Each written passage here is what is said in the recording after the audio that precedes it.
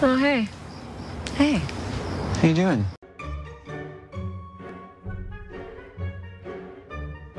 Okay, sports. Derek Jeter! Movies. You know we trust. What? That's lenient? That's lenient? Doctor Evil. Sports, movies. What else? I don't drink. I don't smoke. I play video games. Beat him to a pulp. What's up, sweat hog?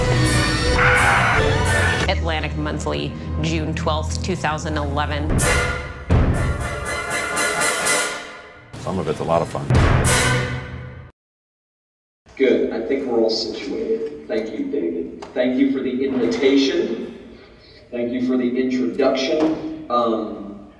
I am, if you know anything about me at all, you know that I am a die-hard Mockingbird fan. Die-hard Mockingbird fan. I try and tell David on a regular basis that there is nobody out there promoting Mockingbird as much as I am. I don't know if that's true, but I like to believe that that's true. What Mockingbird has been to me personally and the way it is helping the church is remarkable. So I'm glad you're here. And I just flew in, but I heard the talks today were fantastic, and I'm sure you agree.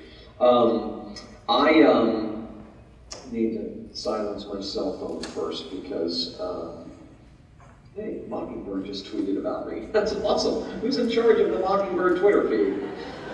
Where are you? Well, there you are. Thank you very much. I felt my phone buzz. I was like, hey, Mockingbird.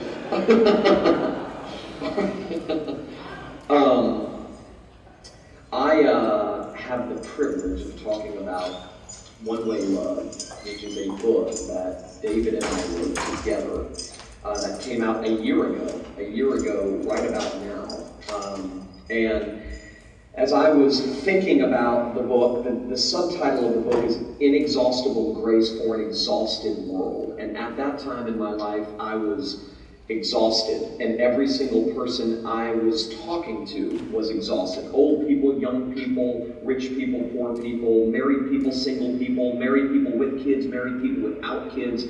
Every single person I was talking to, in fact, every person I still talk to, is exhausted at some level. And so I wanted to work some of these things out for a handful of reasons. For me personally, I wanted to work this out. I wanted to figure out, how does the radicality of God's unconditional love and grace meet us at our most exhausted points? And then what does it actually do for us? How does it help us? So I wanted to work that out for myself personally, but I was also, and continue to be, of the conviction that the church universal desperately needs to be rebranded. Now I know that sounds very TBN-ish to say that, okay? But the fact of the matter is, if you go out on the street, especially in a place like where I live in South Florida, if you go out on the street, you just ask someone, what's the first thing that comes to mind when they hear the word Christian or Christianity or even the gospel? Most people would not simply say the forgiveness of sins. That's not what they would say. They might talk about some culture warring issue that we have been engaged in. They might talk about, abortion, homosexuality. They might even talk about being good. Some even might say living for God. All of those miss the mark. All of those miss the point. And so I am on a mission, not just me, but me and David and handfuls of other people who are committed to preaching the same thing over and over and over and over again. We really do want to see the church's messaging change so that people can be relieved and set free.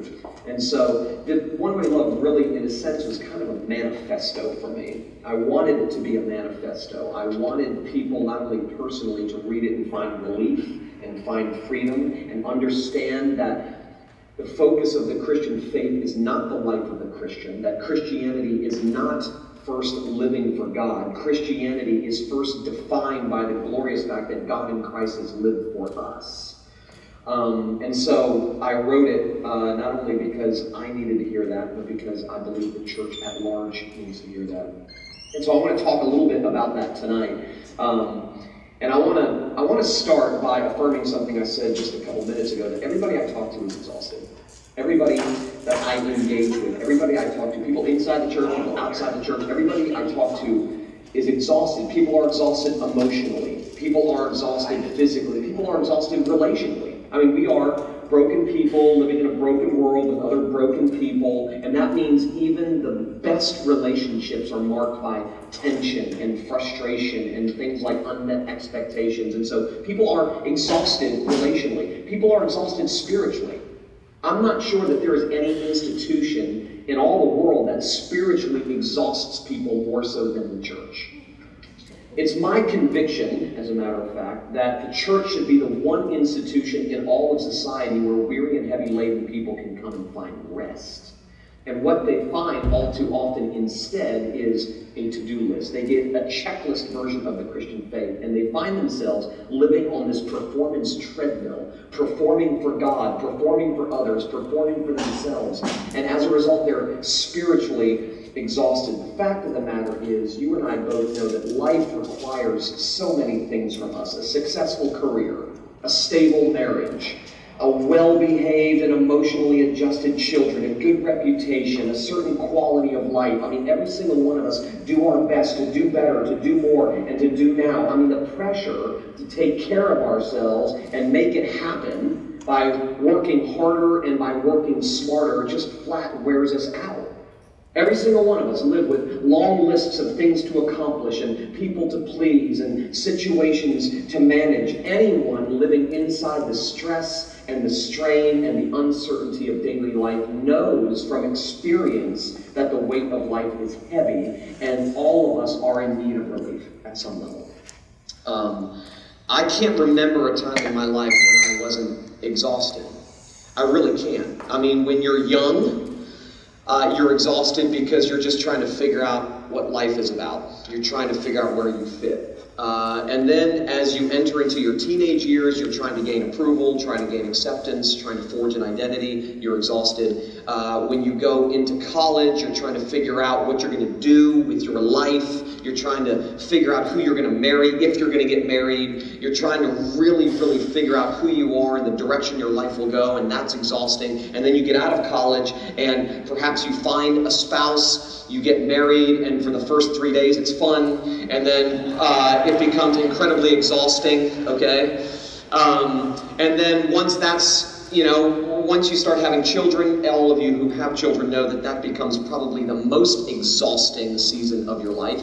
And then you move into your 30s and your 40s, and you're, neck deep in your career, and you're really trying to make a name for yourself and get respect and all of those things. You're trying to find some sort of financial security, not only for yourself then, but also for your future. That's exhausting. You're trying to make the most of every opportunity. By the time you get to your 50s and 60s, you start experiencing physical exhaustion, and you start contemplating, just shattered dreams, things you wish you would have done that you haven't done, things that you wish you would have accomplished that you haven't accomplished. You thought you'd be further along by now and you aren't. That generates all kinds of mental and emotional exhaustion. And then by the time you get to your 70s, your life's basically over, okay? Let's just face it. Just kidding. Just kidding. I'm just kidding. But really, I mean, that's when you really start. I remember my granddad, who's going to be 96 years old in 3 weeks, believe it or not. 96. It's amazing to me. He said basically his body was working just fine until he hit 70 years old. And then it seemed like, every 3 to 4 to 5 to 6 months, things started falling apart. So there is not a moment in our lives, there isn't a season in our lives that is not marked by exhaustion at some level. Every single one of us is in need of some relief. So I want to ask 2 questions tonight before we eat. And I know that all of you are hungry, and I'm hungry, so I'm not going to be terribly long. But I want to ask 2 questions. The first question I want to ask is, where does our exhaustion come from? What's the cause of it?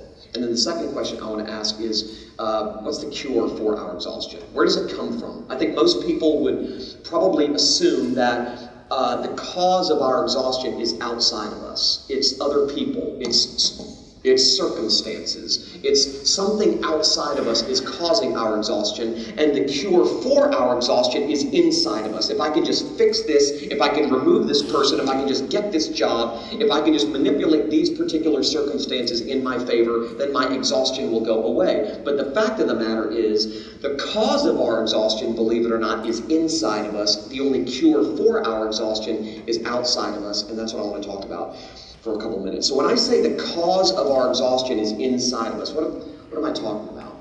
I mean, it would seem sane for us to conclude that the reason we're so tired is because life is hard on the outside. That the reason we're so weary and heavy laden is because of the circumstances and the people in our life.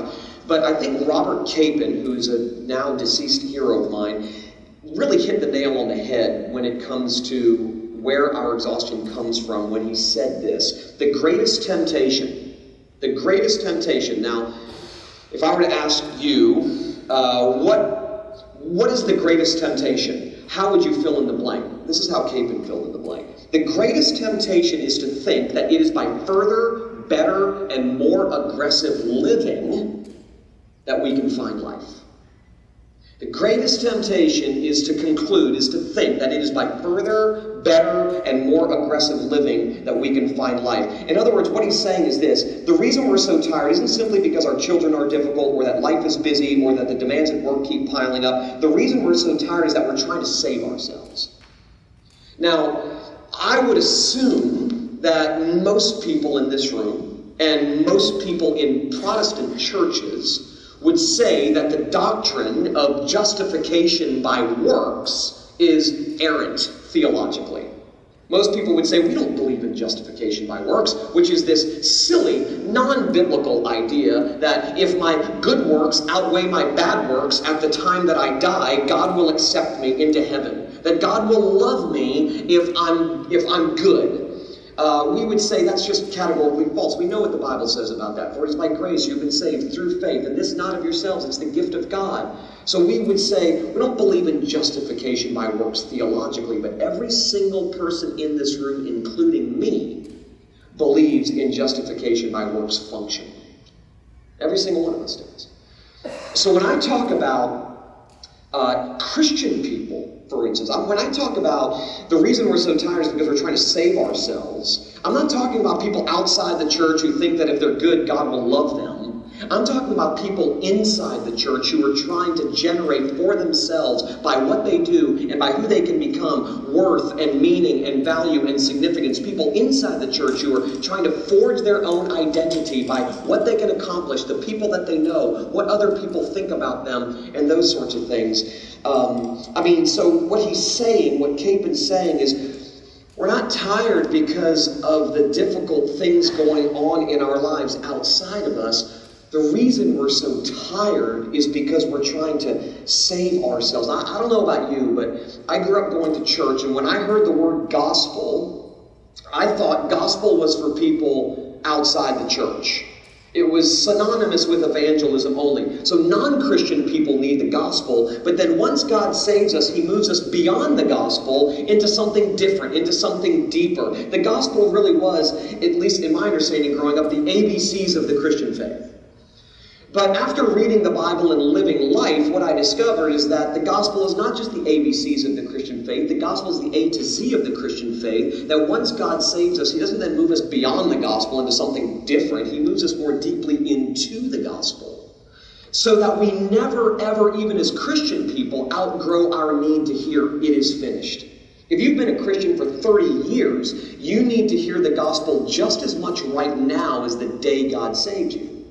And so we are perpetually trying to save ourselves, not in the sense that we're trying to get God to let us into heaven. I'm not talking about that. I'm talking about we're perpetually trying to save ourselves, as I said a minute ago, by generating our own worth and value and significance and meaning. We're trying to get approval and acceptance from other people, from ourselves, from God. That's why we're so tired. You see, every single one of us is addicted to what I call performancism.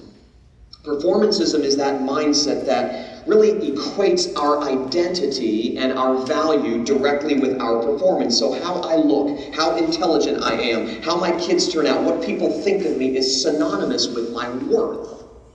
It's not just things that we enjoy doing. Those things become synonymous with my worth, my value. Those things are identity things. So in the world of performancism, success equals life. If you succeed, you've found life, and failure equals death. Every single one of us might say that we trust Jesus to be our Savior. We might say that. We might say that cognitively, theologically, but every single one of us is depending on people and things infinitely smaller than Jesus to deliver to us on a daily basis what only Jesus is capable of delivering to us. I'll give you an example. This is a new development in my family. I was home. I have 3 kids. Let me tell you a little bit about that. Married to Kim. My wedding ring got ruined in a jacuzzi, and that's why I'm not wearing one, okay? But I am still married. We've been married for 20 years. We have 3 kids, Gabe, who is 19, Nathan, who is 17, and Jenna, who's 13. Gabe is in his 2nd year of college. Nathan's a senior in high school. Jenna's in 7th grade. And about a week and a half after Gabe went back to college for his sophomore year, he goes to school in Chattanooga, Tennessee. I was at home by myself. It was about 5:30 in the afternoon. Early evening, afternoon. Nathan was at football practice. Kim and Jenna were out running errands, and I get this text from Gabe. He'd only been back at school for a week, and I get this text from Gabe, and he says, "Dad." And I responded, "Yes, son." And he said, "I have something to tell you, something bad, something really, really bad." Okay, now, if you're a parent, and you've ever been on the receiving end of a text message like that or a phone call like that, your heart just sinks. And so I said, "Well, honey, tell me what's going on." And he said, "Don't get mad." And I'm thinking, okay, I'm not going to get mad, just tell me. He said, "Please don't freak out." And I'm thinking to myself, tell me, because I am freaking out. Right now, I'm freaking out. Just tell me, man. I mean, just stop. Just cut to the chase.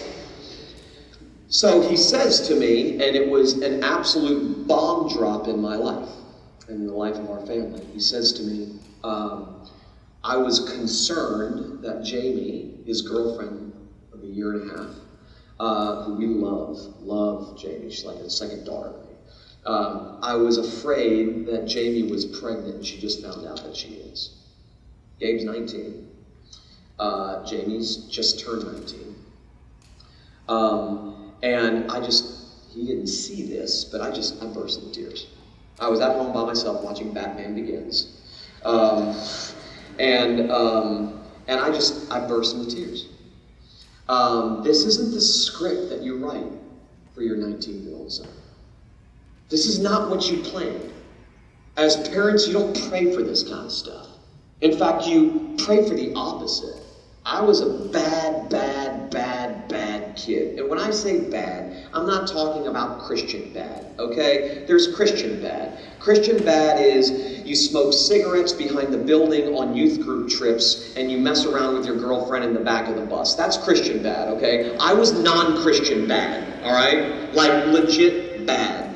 And so when I became a Christian, and got married, and my wife Kim and I started having children, I would plead with God to protect my kids from making the same mistakes that I made. I didn't want them to experience the things that I experienced, the despair that I experienced as a result of pursuing the things of this world with as much vigor and might as I did. And so this just isn't a script you write for your children. And I was left, I responded to him and I said, "Buddy, how do you know?" And he said, "Jamie, who was at college in Virginia." He said, "I just got on the phone with Jamie. She just took 2 pregnancy tests. Both of them came out positive." I said, "Have you told her parents yet?" And he said, "Not yet." He said, "She's getting ready to call them in a minute." And I just said, man, listen, I said, if it's true that Jamie's pregnant, then you're going to be a dad, and I'm going to be a grandfather at 42 years old. That is the only cool part about this whole thing, to be completely honest with you.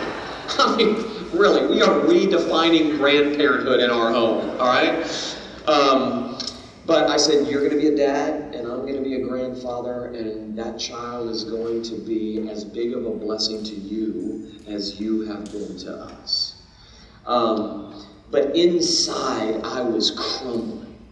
I knew that this was going to mean his life was going to get harder. I knew that this was going to mean that things were going to be rushed. We had always hoped that Gabe, at least for the last year and a half, would one day marry Jamie. He's coming home. He's on an airplane right now, flying home to Fort Lauderdale to propose to Jamie tomorrow. She doesn't know it, so that's why I've got to get out of here tomorrow and go home for this, extravaganza. And they will get married sometime after Christmas. But this, I was just crumbling inside. And in that moment, I was undergoing an identity crisis.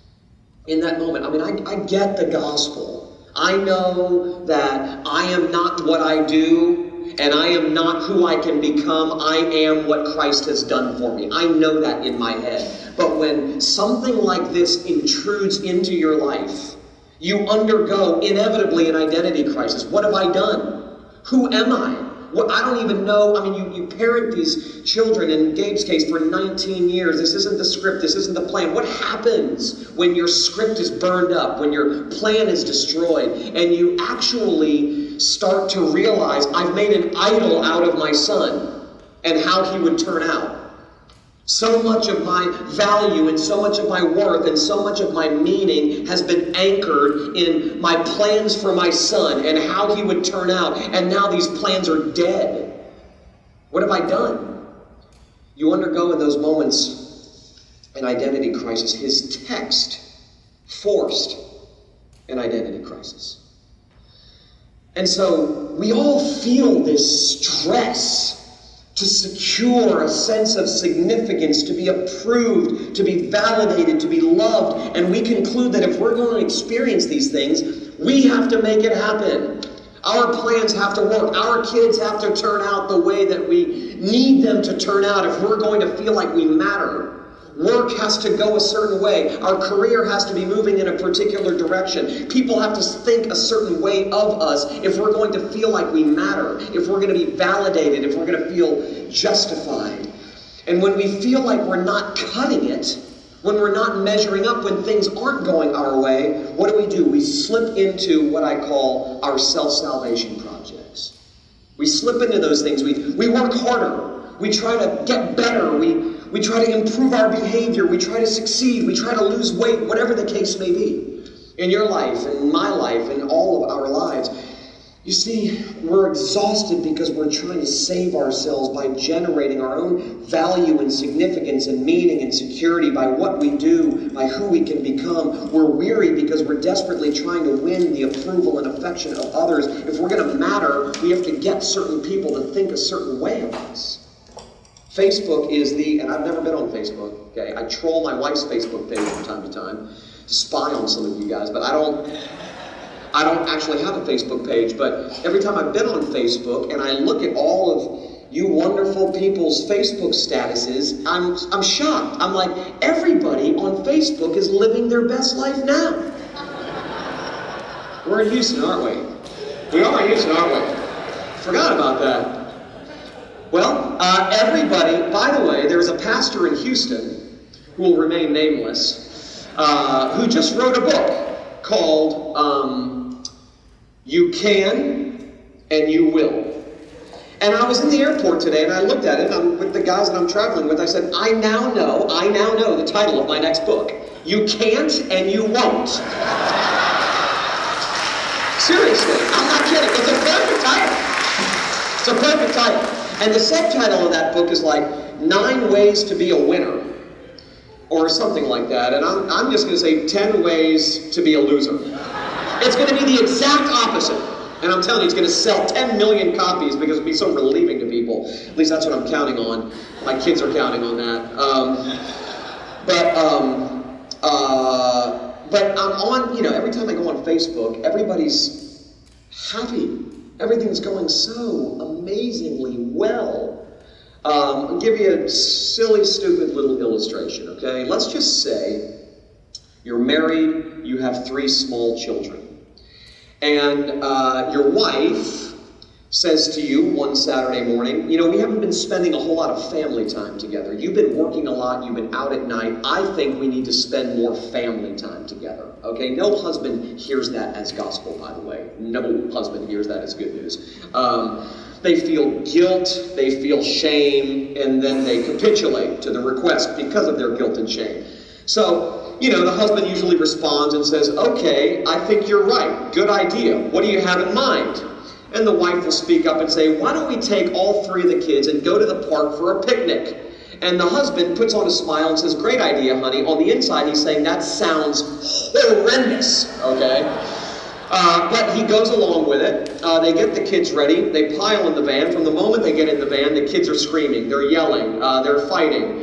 They finally get to the park. By the time they get to the park, mom and dad both have a headache. The husband is thinking in his mind, this was a stupid, stupid, stupid idea. Why did she make me feel guilty so that I would do this? The wife, on the other hand, is thinking, if he would spend more time with his family and less time with his friends and at work, we wouldn't have to consolidate family time this way.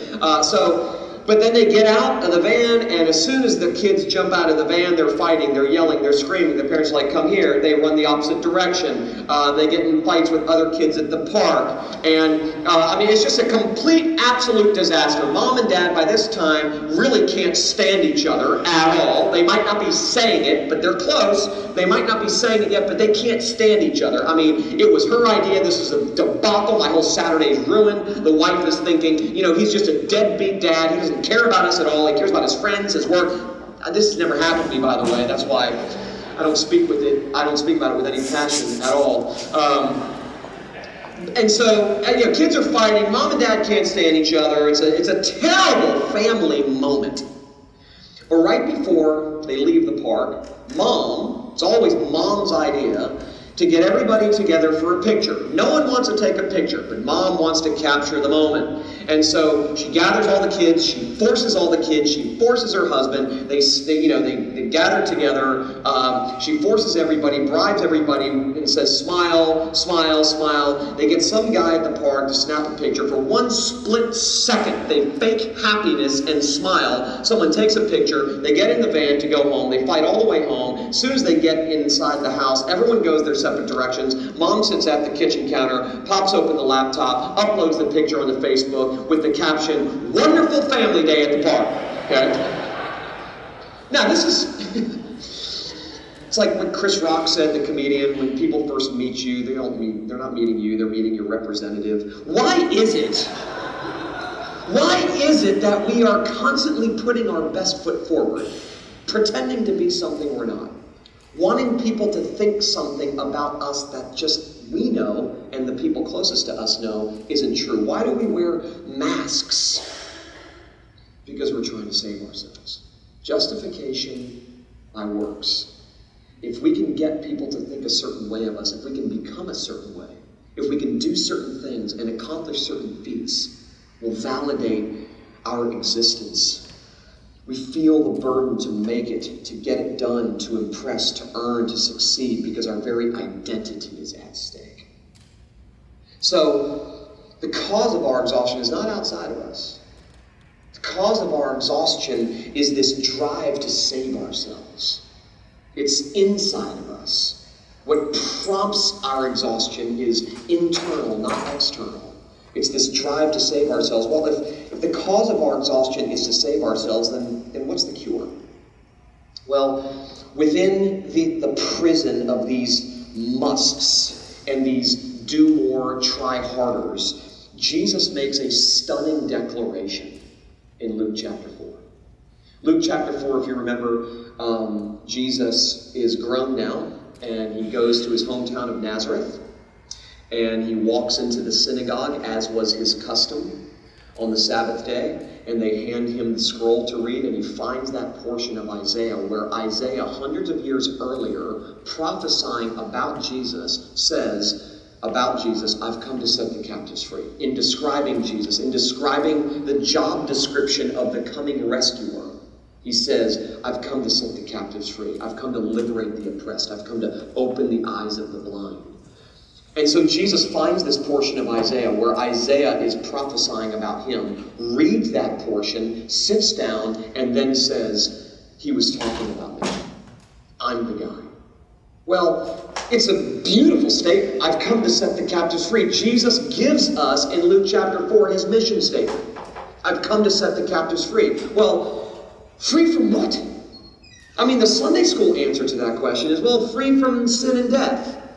Okay, I get it. That makes a lot of sense theologically. But when I get a text message like that from my 19-year-old son telling me that his girlfriend's pregnant, what does freedom from sin and death in that moment feel like? What does freedom from sin and death feel like and smell like and taste like when your spouse leaves, never to come back? When you lose your job? When your kid's going off the deep end? When you have a secret that's about to be exposed? What does freedom from sin and death feel like in those moments? Well, free from the demand to rescue ourselves, free from the pressure of having to make it on our own, free from the slavery of having to measure up, from the burden to get it all right, from the obligation to fix ourselves and other people. All of these things make life heavy. I mean, the weightiness of life because we're trying to fix ourselves and fix other people. By the way, you know that every attempt on our part to fix someone else is actually a subtle attempt to fix ourselves. Because what we're saying in that moment is, I need you to become a certain way if I'm going to be happy. And that makes life heavy. It not only ruins relationships and sucks the life out of relationships, but it makes life heavy. And Jesus said, I've come to set you free from that. I've come to relieve you of the burden that you feel to win, to get ahead, to be on top of everything. Jesus came to set us free from the pressure to be right and regarded and respected. Because Jesus came to set the captives free, life doesn't have to be a tireless effort to save ourselves by striving to be the best, the most beautiful, the most accomplished. We don't have to live under the weight of making all of our dreams come true if we're going to matter. That's freedom. In fact, according to the Bible, our failures, our disappointments, our weaknesses are what actually qualify us. Those are the things, those are the places where we find that we're small and we're weak. And as John Zoll says, God's office is at the end of our rope. And grace always runs downhill and meets us at the bottom. And that's where we find freedom. Not at the top of the ladder, but at the bottom. The gospel of grace announces that Jesus came to satisfy the deep judgment against us once and for all, so that we could be free from the judgment of God, from the judgment of others, even from the judgment of ourselves. We can be free from that. You see, I don't know about you, but I am willing and ready to admit that I'm not the Christian that I ought to be, nor am I the father, the husband, the pastor, or friend that I should be. Not even close. I mean, I wish, for instance, I could say I do everything for God's glory. 1 Corinthians 10:31. Whether you eat or drink or whatever you do it all to the glory of God. Whether you eat or drink or whatever you do it all to the glory of God. Who does that? For 1 second. Now, I wish that I could say, I do everything for God's glory. I can't. Neither can you. What I can say is that Jesus' blood covers all of my efforts to glorify myself. That's the gospel. I wish I could say Jesus fully satisfies me. I told this story at Liberate last year, which I know all of you will come to this year. But I told this story. I was with a Baptist pastor friend of mine about 2 years ago who looked at me one day and said, "Brother, you always know you're talking to a Baptist when he says brother, always." Because, I mean, we Presbyterians, we just don't talk like that because we're not sure you are a brother, to be honest with you. You may or may may not be one of the elect. Okay? So, we're just not quite sure. So we don't say brother just flippantly. We're not promiscuous in our use of the word brother. All right? We're not liberal in our distribution of the term brother. All right? But he said, brother, Jesus fully satisfies me. And I was like, dude, no, he doesn't. And he looked at me as if I had said something offensive. Well, no, he does. In this very pietistic way that made me want to slap him in the face. He said, no, brother, he really does. And I said, no, he really doesn't. I said, listen, man, there is coming a day when Jesus will fully satisfy you. Fully. But that day is not today. You're a sinner. You're a broken, selfish, sinful person. You are far worse than you think you are. Jesus does not fully satisfy you. He doesn't fully satisfy me. I wish that I could say Jesus fully satisfies me. I can't, and neither can you. What I can say is that Jesus fully satisfied God for me. That's what I can say. I wish I could say, for instance, I surrender all to Jesus. I surrender all. The church has been singing this song for a long time. It's bad. It's a bad song, okay? I promise you, it's a bad song. Because you can't sing it honestly.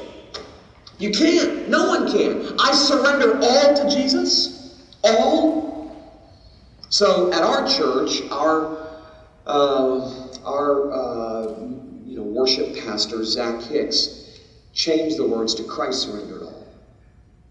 That's much more biblically and theologically accurate than I surrender all. I wish I could say I surrender all to Jesus. I can't. Neither can you. What I can say is Jesus surrendered all for me.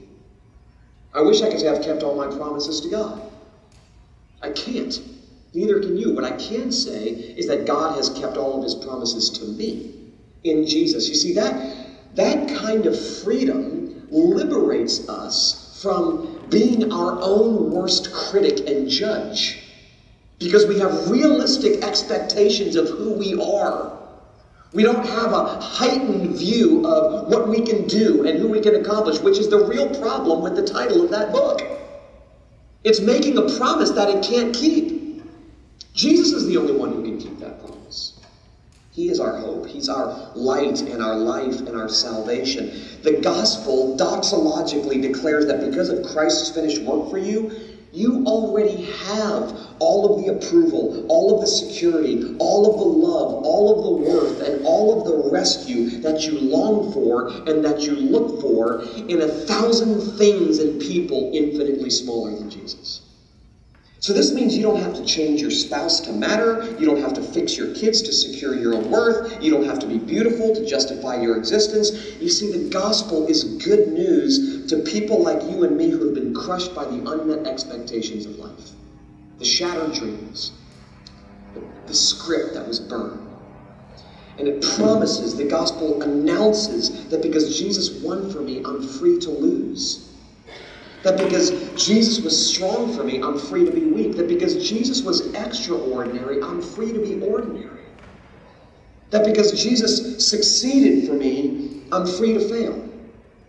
It's a beautiful thing. It is a beautiful thing that the gospel alone enables you and empowers you to revel in your expendability. It's beautiful. That's freedom. I remember saying at a conference a couple of years ago, that last line, that because Jesus succeeded for me, I'm free to fail. And some guy came up to me afterwards, just hopping mad, and said, you just encouraged 2,000 people to fail. And I said, all right, time out, man. Number one, everybody who's here tonight was failing just fine when they walked in the door before I said a word, okay? I didn't encourage anybody to fail. I was simply acknowledging that they walked in as failures, okay? And the good news is that because of what Jesus has done on our behalf and because we live our lives under a banner that reads, it is finished, our failures cannot separate us from God's love. That nothing can separate us from God's love. So because Jesus succeeded for me, I'm free to fail without fear that I'm going to be cast out by God. I'm free to fail without fear that I'm going to be cast out and set aside because I haven't met my end of the bargain. See, the gospel doesn't just free you from what other people think about you, it frees you from what you think about yourself. So here's the good news. Who you really are has nothing to do with you. Nothing at all. And that might not sound like good news at first, because when we're told to be all that you can be and go out and make something of yourself, and if you just put your mind to it, you can accomplish anything, that sounds initially empowering. Until you fail. You start off as a young idealist. This is what I tell people at Coral Ridge. At 25, this was my approach to life. I'm going to change the world. I'm going to change the world. I am God's gift to the world. The world needs me, and I'm going to change it. Okay, that was my arrogant, stupid posture at 25 years old. Now I'm 42, and this is my posture. I can't change myself. I can't change my wife. I can't change my kids. I can't change my church, much less the world. Thank God for Jesus. Okay. Now, I can promise you, as a young idealist, I was much more of a slave than I am today. Now I'm much more of a realist because I've failed. I know what goes on inside of me. I know that as much as I would like people who have known me for the last 10 years to believe that I've gotten a lot better over that period of time, I go to sleep with myself every night and I wake up with myself every morning. And I know that even though I've gotten better at hiding the dark side of me, it's still there. It's still there. I still pretend. I still fake it.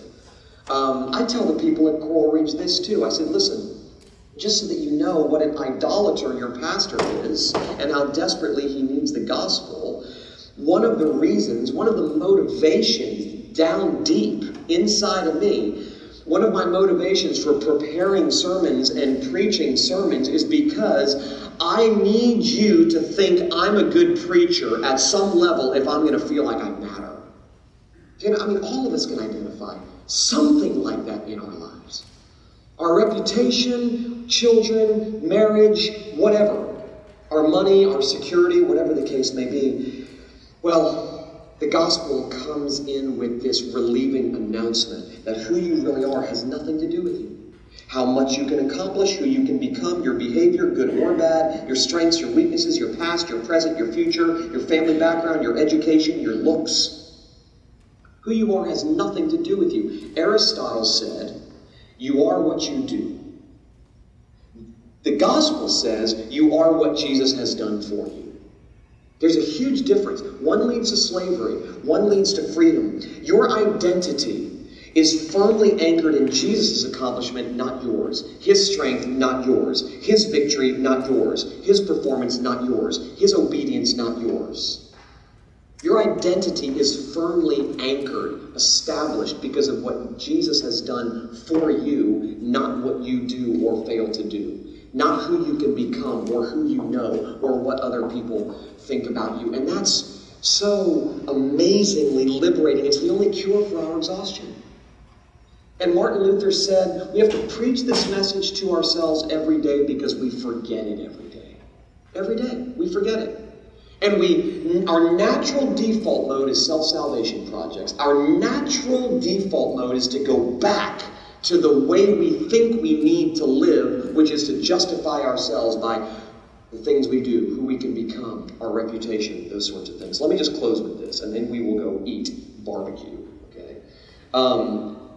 Some of you have heard me tell this story before, but it is, in my opinion, the best illustration I can come up with to illustrate what I'm talking about. A couple of years ago, I was late for an appointment on 2 different occasions, late for an appointment, late for a meeting, and I couldn't find my car keys anywhere.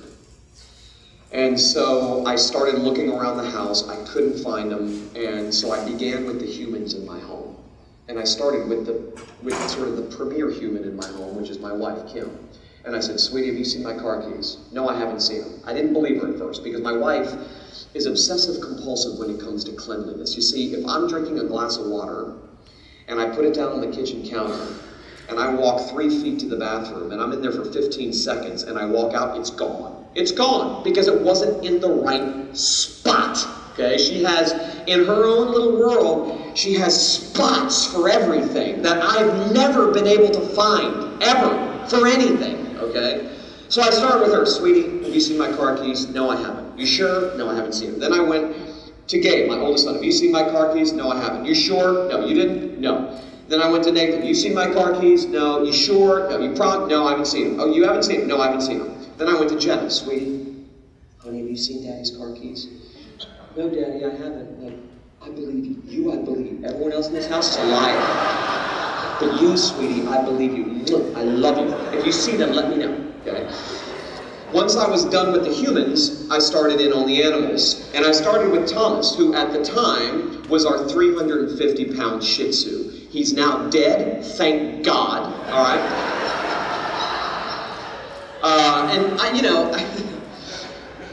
I say that some places I go and people look at me like, you are sick. Listen to me. Let me describe Thomas for you just for a second, all right? And then we'll go eat dinner, all right? Thomas was so fat that his belly would drag on the ground behind him, creating open sores on the outside of his stomach that would leave blood streaks across the floor of our home. All right?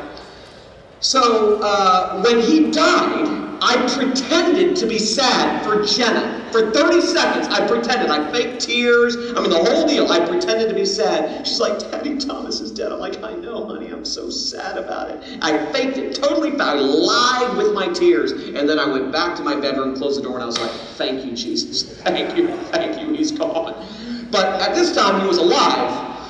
And so I looked at him as if to say, Thomas, did you see my keys? Did you eat the keys? You eat everything else? And he just sort of looked at me with his toothless smile and rolled over and went back to sleep, which he'd been doing for the last 16 years of his life. So I couldn't find him anywhere. No one had seen him. On both occasions, I promise you, both occasions, I went back to my bedroom to look one more time, stuck my hand in my pocket, and they were there, both times. Every time I tell that story, people chuckle and laugh and think I'm an idiot and all that stuff, and I get it, okay? I mean, who spends their time and their energy frantically searching for something that is already in their possession? And the answer to that question is all of us. Every single one of us. We're exhausted because we spend our lives frantically searching behind every tree and under every rock for love and acceptance and approval and meaning and value and worth. And the announcement of the gospel to exhausted people like you and me is simply this: the keys are in your pocket. All of the love, all of the approval, all of the justification, all of the validation, all of the meaning and worth and security that you long for and you spend your life looking for are already yours in Christ. And so the internal voice that is perpetually whispering, do this and live, do more, try harder, get better, and find life, that internal voice is only silenced by the external voice that is constantly shouting, it is finished. Let's pray together. God, I pray that you would take this message and massage it deep into our bones. You know us better than we know ourselves. You know our secrets. You know what makes us afraid. You know those things about us that we don't want anyone else finding out. You know what it is about us that makes us so tired. It's unbelief. We fail to believe that everything we need in Christ we have. And so I pray that you would preach this message by your Spirit into our regions of unbelief, so that we might leave here tonight feeling lighter, more free, liberated, not because of a stronger belief in ourselves and what we can walk out of here and do, but because of a stronger belief in you, which you've accomplished on our behalf, and the fact that the debt has been paid, and that we live our lives under a banner that reads, it is finished. And it's in Jesus' name that we pray. Amen.